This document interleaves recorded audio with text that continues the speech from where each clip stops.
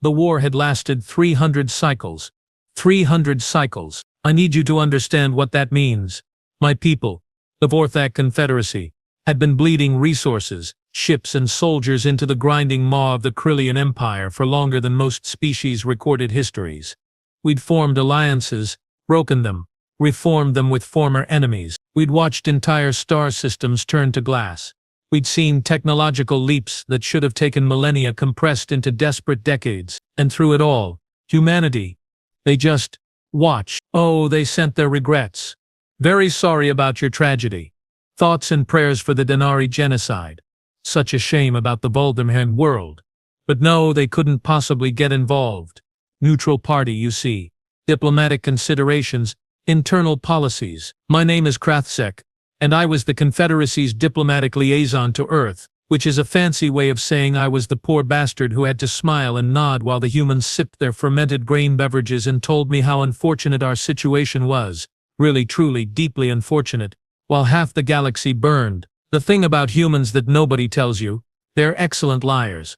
Not in the obvious way where you can catch them in contradictions. No. They lie with their whole civilization. They build this elaborate stage play where they're just simple, peaceful farmers who happen to stumble into space travel. Oh, we're so new to all this. Please, teach us your ways, wise elder species. I bought it. Stars help me. I bought every word. It was cycle 300, day 47 of their calendar year 2047 when Evervin changed. The Krillian Armada had just obliterated the Paxan defense grid, and they were bearing down on the last major Confederacy stronghold. Eventar Prime, 2 billion souls. My sister's family lived there. I went to the human embassy on their lunar station. Not because I expected help anymore. I'd given up on that around cycle 298. I went because I needed to scream at someone who wouldn't shoot back. And the humans were always so terribly polite. Ambassador Torres greeted me in her office, same as always. Human female. Dark hair streaked with gray, wearing one of those ridiculous fabric suits they favor. She poured me something called whiskey without asking. Eventar Prime falls in 6 hours, I said, not bothering with pleasantries. 6 hours and 2 billion people die. The Confederacy collapses. The Krillians win. Congratulations on your neutrality, Ambassador. I hope it keeps you warm. Torres swirled her drink, studying the amber liquid like it held the secrets of the universe. How long have we known each other, Krathsek? 12 cycles. Why, and in all that time, have I ever lied to you? I laughed. Actually laughed. Every single day you've told me humanity isn't ready for war, that your military is purely defensive, that you don't have the resources, the technology, the political will. All lies. She smiled. Actually smiled. You're right. I apologize. Let me rephrase. Have I ever lied to you when it mattered? My secondary heart skipped. There was something in her voice. Something cold and sharp beneath that perpetual human warmth. What are you saying? Torres stood, walking to her window overlooking Earth. Beautiful planet. Really, deadly, but beautiful. Do you know what my previous job was, before I became an ambassador? No, Admiral. Fifth Fleet. Retired after the Titan incident. She said it casually, like she was discussing the weather. Tell me, Krathsek, do you know why humans have been neutral in your war? Because you're cowards. The whiskey was making me bold. Because you'd rather let others die than risk your own precious hides? Because we were waiting. For what? For someone to ask properly. I stared at her. I've been asking for 12 cycles. No. Torres turned, and for the first time since I'd met her I saw what was behind those warm brown eyes. Something ancient. Something that had seen terrible things and done worse. You've been begging. There's a difference. You've been pleading with us to save you, to fight your battles, to throw our people into a meat grinder because you couldn't finish what you started. That's not asking. That's demanding charity. My claws dug into the armrests of my chair. My people are dying. Everyone's people are dying. That's what war is. She finished her drink in one smooth motion. But you came here today and finally did something different. You didn't beg. You didn't plead. You told me the facts and accepted the consequences. You looked me in the eye and called me a coward. Do you understand how refreshing that is? I don't understand any of this. Torres pressed a button on her desk. Then let me be crystal clear. Eventar Prime will not fall. The Krillian Armada will be destroyed. The war will end. Today, That's impossible. Even if you mobilized now, oh, Krathazek. Her smile widened and it was not kind. We mobilized 6 months ago. We've been in position for 3 weeks. We were just waiting for the right moment. She gestured to the window. Look, I looked. Earth's orbital space was empty. The hundreds of civilian stations, the commercial traffic, the tourist vessels, gone. Not destroyed. Just gone. Where? Relocated to Mars orbit. Temporary inconvenience. We needed the space. Torres tapped her desk screen and a holographic display erupted into the air between us. This is the Kryllian Armada currently approaching Eventar Prime. 3,247 capital ships, 700,000 support craft, 15 million troops. Impressive, really. The largest single military force ever assembled in this galaxy. My throat went dry. We've been monitoring everything, you poor fool. Every transmission, every fleet movement, every strategic planning session. We've had operatives inside Kryllian Command for 6 cycles. We know their battle plans better than they do. She zoomed in on the display. Now watch what happens when they reach the Ventar system. I don't see anything. Exactly. Torres grinned. That's the beautiful part. They won't either. Not until it's far, far too late. A chronometer appeared in the hologram, counting down. 3 hours, 14 minutes, 22 seconds. What happens when that reaches 0? I whispered. The war ends. Torres poured herself another drink. Would you like to watch? I can have a live feed piped in. Fair warning though, it's going to be, well, we have a phrase. Shock and awe. It's going to be very much that. I should have said no. I should have maintained some dignity, some professional distance. Instead I nodded and Torres activated a massive view screen that dominated one entire wall of her office. The Kryllian Armada was a thing of terrible beauty. Kilometers-long dreadnoughts bristling with weapons that could crack planets, fighter wings that blotted out stars. The pride of an empire that had conquered 40% of known space. They entered the Ventar system in perfect formation, parade ground precision. They knew the Confederacy had nothing left. This was a victory lap. 15 seconds, Torres said softly. Until what? Until they realize humans don't do warnings. The countdown hit 0. Nothing happened. Then, everything happened at once. Space itself seemed to tear open. Not hyperspace windows, nothing so crude. These were surgical incisions in reality appearing inside the Kryllian formation. Not around it, not near it, inside it. Through those incisions came ships. Except ship was too kind a word. These were weapons that happened to be mobile. Sleek black things that moved like predators, like sharks I'd seen in Earth's oceans. No running lights, no identification markers, just matte black death that drank in starlight and gave back nothing. What? My voice failed. Wraith-class destroyers, Torres said, her tone conversational, like she was describing a garden. 42 of them. Each one carries enough firepower to sterilize a moon. They've been hiding in subspace pockets for 3 weeks, waiting. The Kryllian Armada tried to respond. Credit where it's due, their reaction time was impressive. Shields up, weapons hot, fighters launching within seconds. Didn't matter. The human ships didn't bother with conventional weapons. Why would they? I watched as beams of coherent nothing lanced out, not destroying Kryllian ships but simply erasing them from existence. Particle annihilation. Torres would later explain. They were using miniaturized black hole technology to literally delete matter. The Kryllian dreadnought, the Fist of Dominion, their flagship, 12 kilometers of armor and arrogance, tried to return fire. One of the Wraith destroyers accelerated. Didn't shoot, just accelerate. Oh no, I breathed. Oh yes, Torres replied. The destroyer hit the dreadnought at 0.7 light speed. The resulting explosion briefly outshone Ventar's sun. That's suicide, I stammered. That's a drone, Torres corrected. Estimated cost, 15 million credits. The Fist of Dominion, by contrast, cost the Kryllian Empire roughly 14 trillion credits and took 40 cycles to build. We consider that favorable exchange ratio. The slaughter continued. And it was a slaughter, make no mistake. The Kryllians had numerical superiority. They had experience, they had motivation. The humans had spent 300 cycles watching, learning and preparing to end this war in an afternoon. How? I finally managed. How is this possible? Torres refilled my glass. You want the technical answer or the philosophical one? Any answer? Technically, we've been holding back significantly. Every piece of technology we've shared with the galactic community has been at least 50 cycles behind our current capabilities. We learned early on that showing our full hand makes people nervous, makes them do stupid things. Better to seem weak, harmless, friendly. She gestured to the screen where Krillian ships were dying by the dozens. Philosophically, humans are very good at one thing, Krathsek. One thing we've perfected over our entire bloody, brutal history.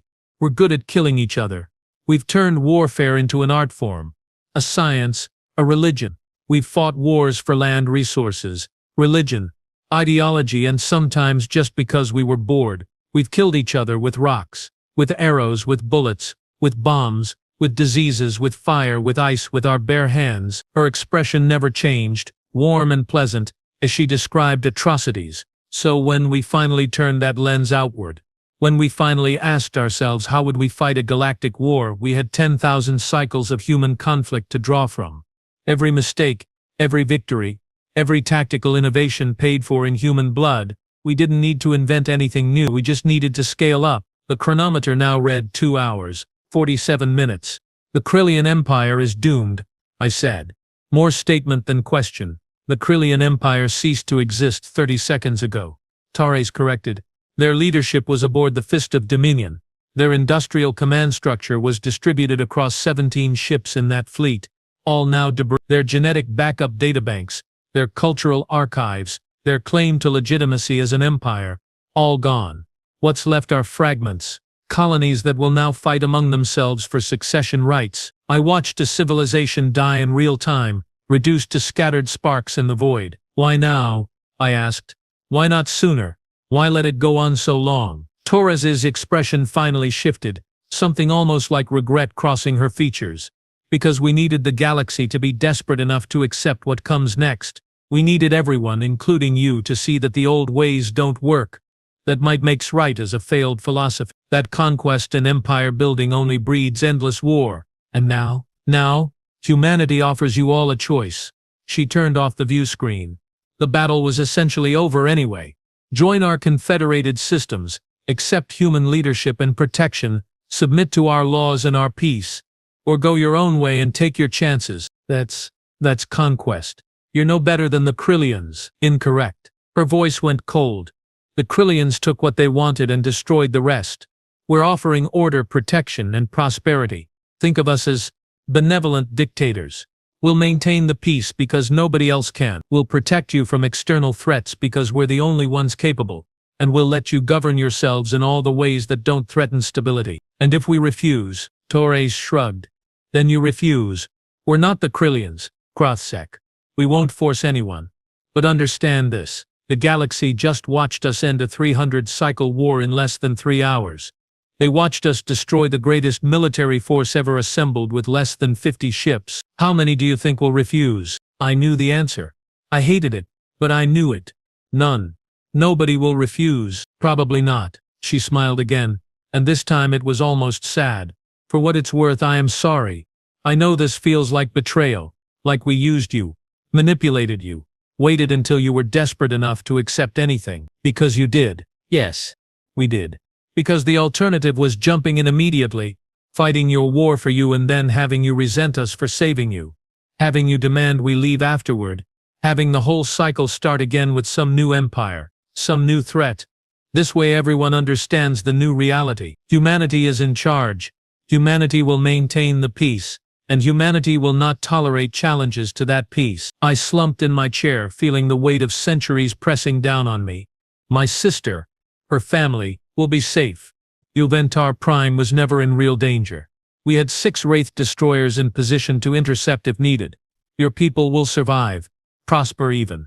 Under human protection. The chronometer now read 2 hours, 12 minutes. Torres stood, straightening her suit. The Confederacy Council is being assembled as we speak. Emergency session. You should be there. History is being made, and someone should witness it, who understands what actually happened here. I rose on shaking legs. What did happen here, Ambassador? Really? Torres looked at me with something that might have been pity. Humanity stopped pretending. And the galaxy will never be the same. She was right, of course. She was right about all of it. I left her office and made my way to the emergency session. where human representatives would present their terms with all the gentle firmness of a predator offering protection to prey, where the assembled species would agree because what choice did they have, where the old galactic order would die and something new, something human, would be born in its place. 3 hours. 3 hours to end a 300-cycle war, to topple an empire, to reshape the galaxy. And through it all, humanity smiled their warm, friendly smiles and spoke of peace and prosperity and protection. Spoke of it while their black ships prowled the void, while their weapons hummed with terrible potential, while their quiet threat hung unspoken but perfectly clear. Join us. Be safe. Prosper under our watch. Or learn exactly how creative humans can be when it comes to killing. I knew which option the galaxy would choose. We all did. Because when humans finally joined the war, they didn't just end it. They won it so completely, so overwhelmingly, that nobody would dare start another. And maybe that was the point all along. The emergency session of the Galactic Council convened exactly 4 hours after the Krillian Armada ceased to exist. 4 hours. That's how long it took for humanity to not just win a war but to completely restructure the political reality of known space. I arrived at the council chambers on Station Meridian 7 to find something I'd never seen in my 40 cycles of diplomatic service. Silence. Complete, total, suffocating silence. Representatives from 63 species sat in their designated areas, and nobody was talking, nobody was scheming, nobody was forming the usual backroom alliances. Everyone was just waiting. Ambassador Torres arrived precisely on time, flanked by 2 human military officers in uniforms I'd never seen before. Black and silver. Minimal decoration. They moved like coiled springs, like violence waiting for an excuse. The council chairman, a Vixorian named Quilneth, cleared his 4 throats and attempted to maintain some semblance of authority. This session is called to order. We are here to discuss the recent intervention by the human delegation regarding the Krillian conflict. Torres smiled.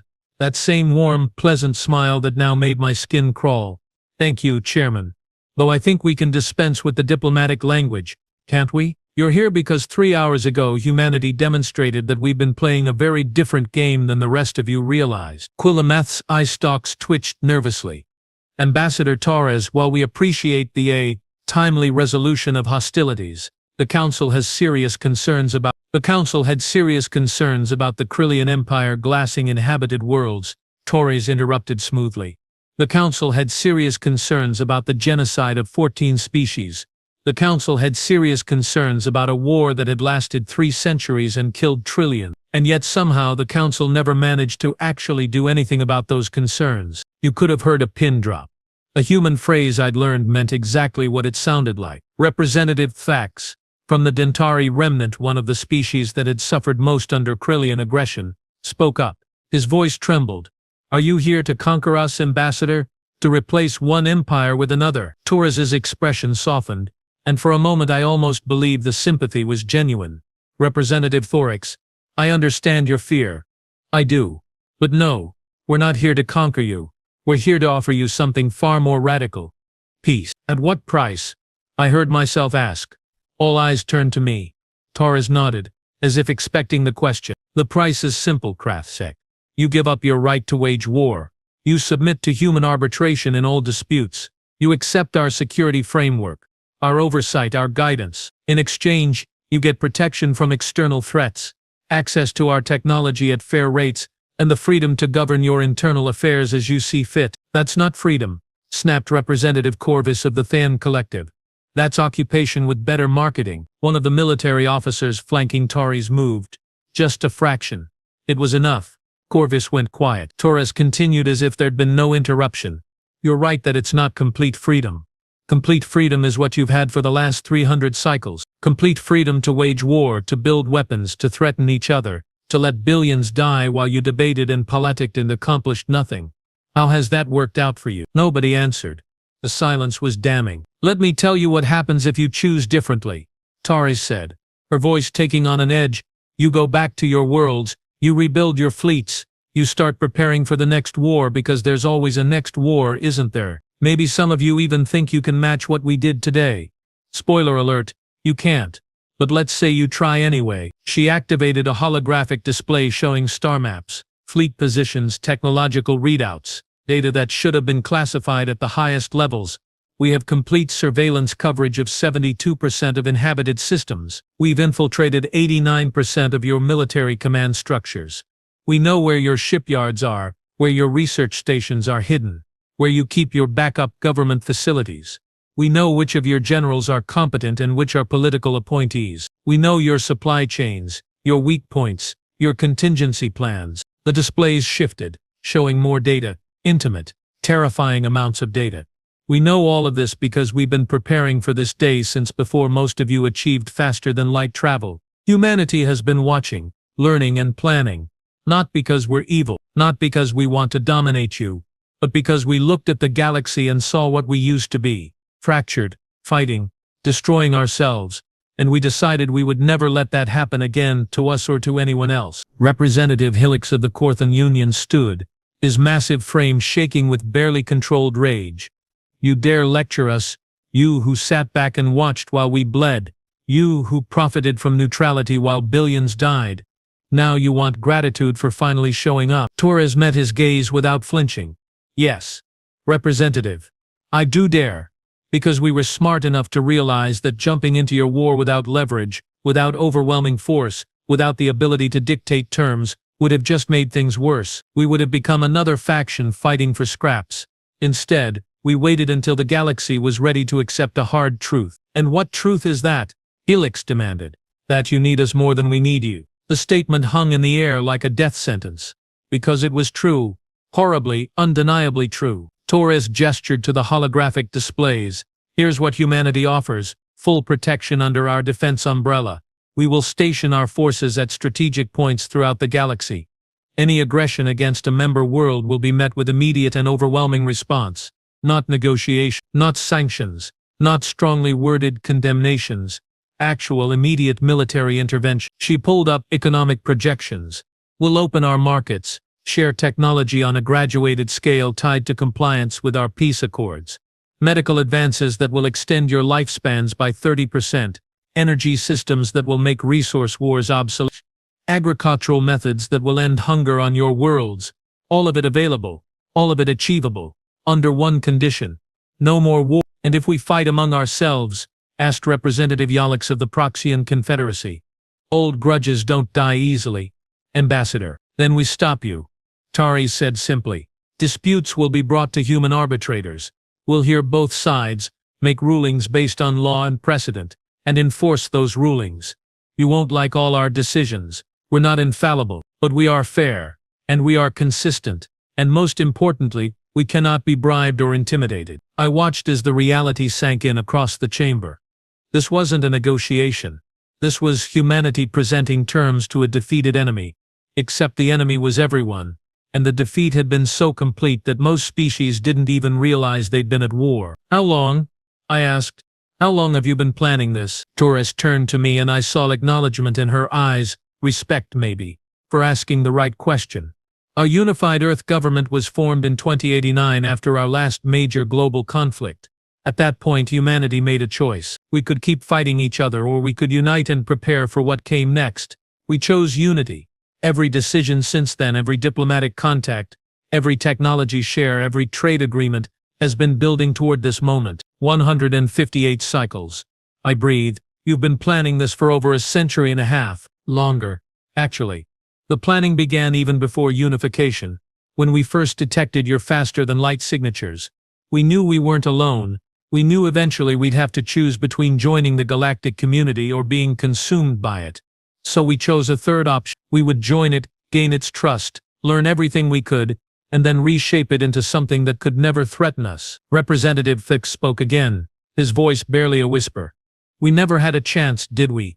From the moment you made first contact, this was inevitable. No, Tari said. Surprising me, it wasn't inevitable. If the galaxy had been peaceful, if you'd managed to build lasting stability, we would have happily remained junior partners. We would have learned from you, grown alongside you, been good neighbors, but you couldn't do it. 300 cycles of war proved that.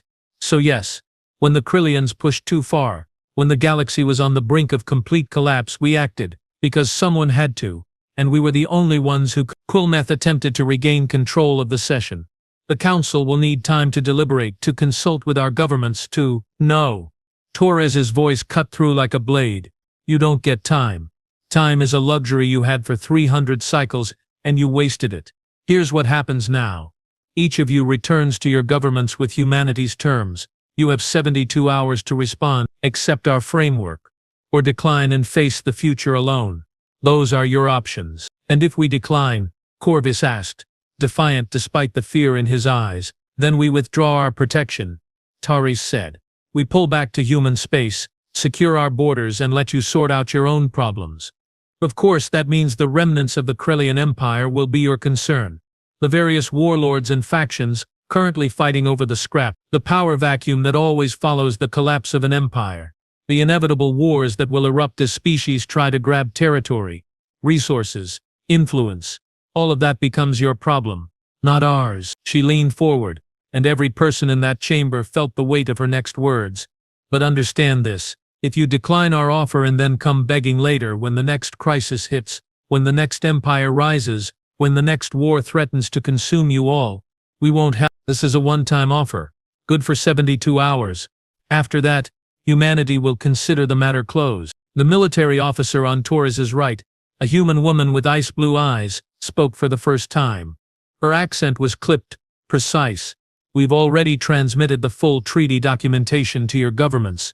Every clause, every subsection, every requirement and benefit. We've been transparent about our expectations. We recommend you read it carefully, especially Section 17, added the other officer, a male with scars that suggested he'd seen actual combat. That's the part about dispute resolution. Very important. Torres stood, and the meeting was clearly over.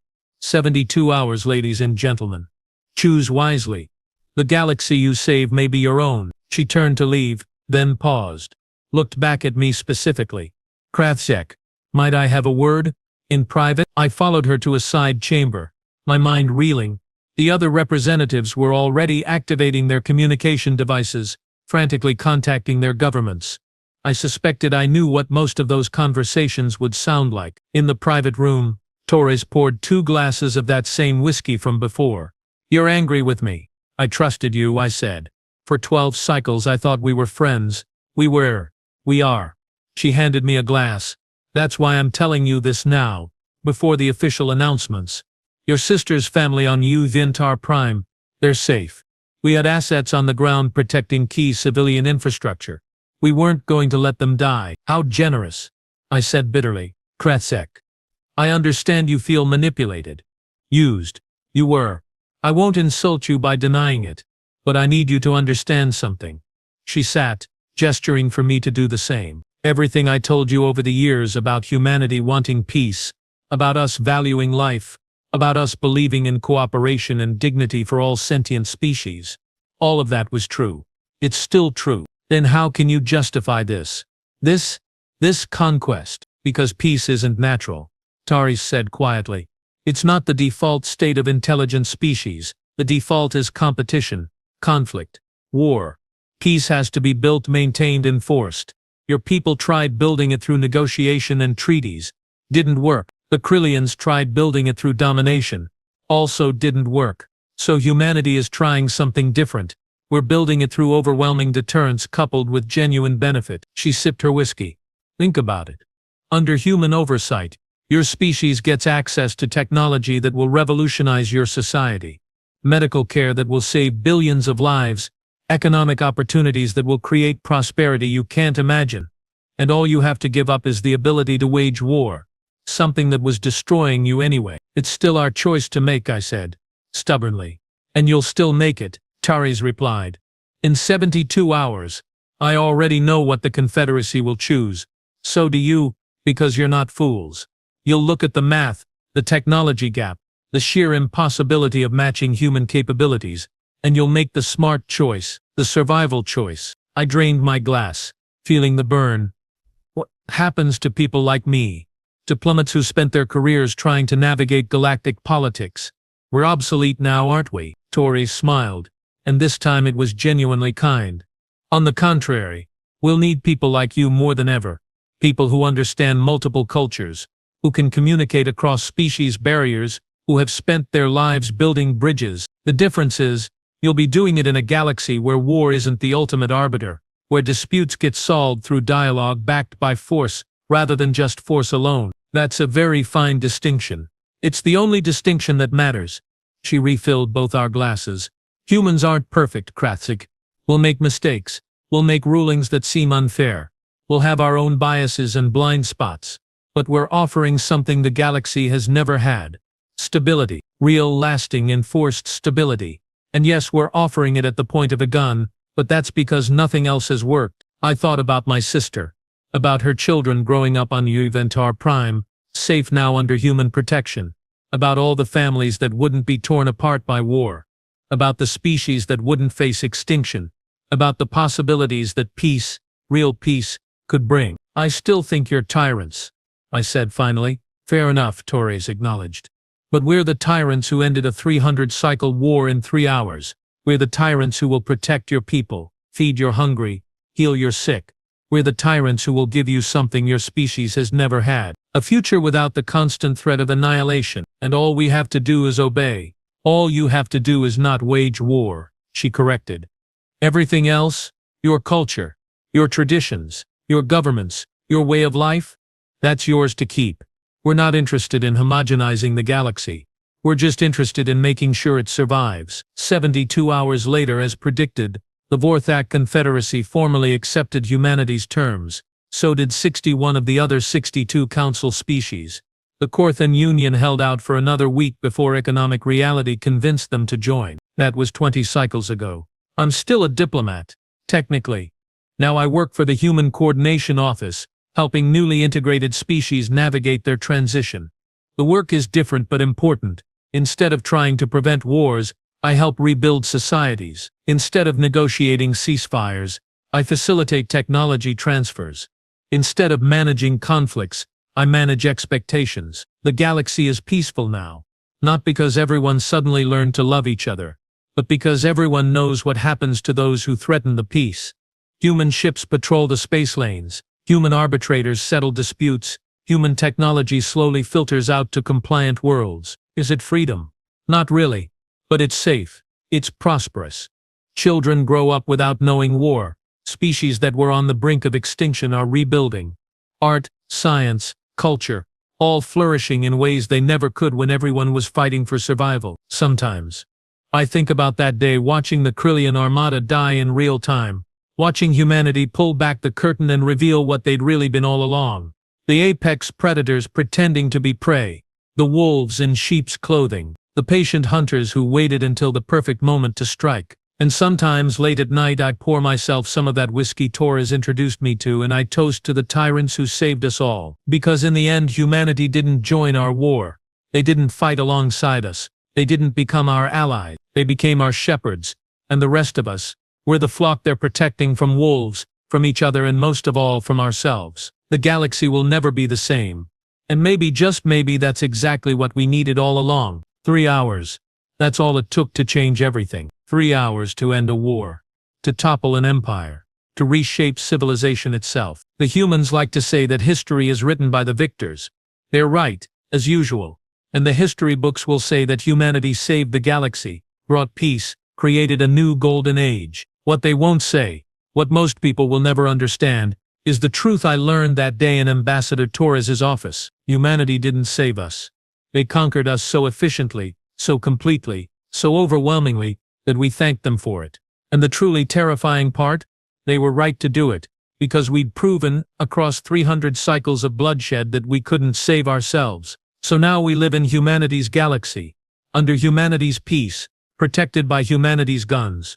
We trade our sovereignty for security, our independence for survival, our freedom for the one thing the galaxy had never known. Tomorrow. A guaranteed tomorrow. A future where children don't have to fear extinction. Where species can plan for the next century instead of the next battle.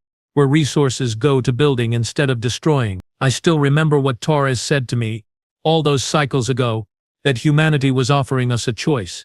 Accept their protection, or face the future alone. She was lying. Of course. There was never really a choice, not after they showed us what they could do. Not after they demonstrated that they'd been 20 steps ahead of us from the very beginning. But that's the thing about humans. They lie with such sincerity, such conviction, that even when you know the truth, You want to believe them.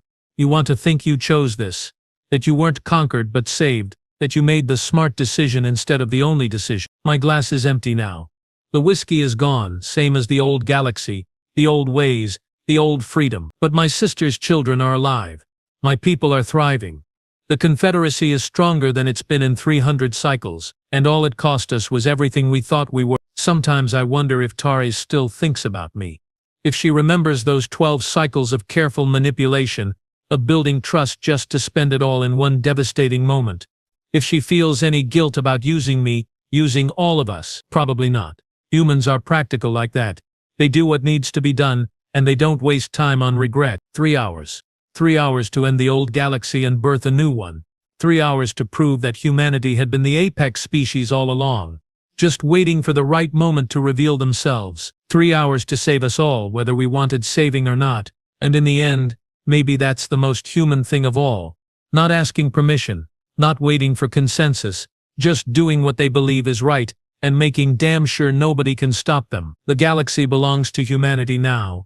It has for 20 cycles, even if some species are still pretending otherwise. But at least it's a galaxy with a future. And after 300 cycles of war, of death, of watching civilizations burn, maybe that's enough. Maybe it has to be.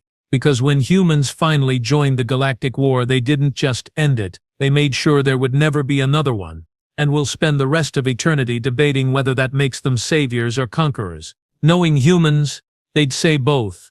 And they'd smile that warm, friendly smile while they said it. The smile that means they've already won, and they're just being polite by letting you think you had a chance. Don't mess with humanity. We always win. The galaxy fear us for a reason. You're watching Sci-Fi HFY channel. For more engaging and interesting stories like this, please stay tuned to my channel.